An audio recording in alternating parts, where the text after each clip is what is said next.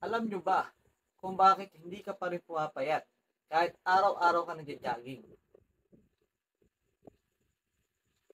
Ito nga pala yung aking itsura noon. Ayan. 83.78 kilos tayo dyan. Ayan. Akala mo kasi, sapat na yung tumatakbo ka na 30 minutes.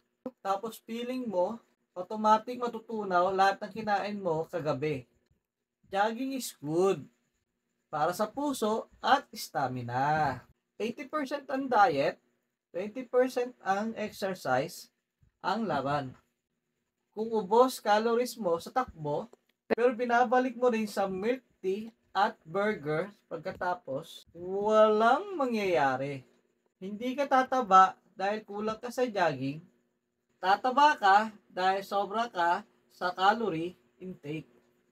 Kahit mag-jogging ka araw-araw, kung hindi mo kinokontrol ang pagkain mo, wala pa rin bababa sa timbang mo.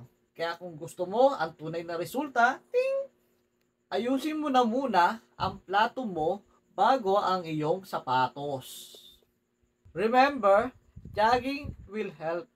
Pero ang diet, ang tunay na game changer.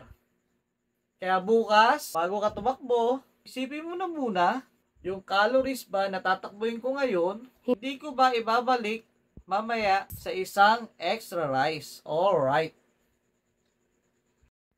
Thank you for watching. Bye-bye!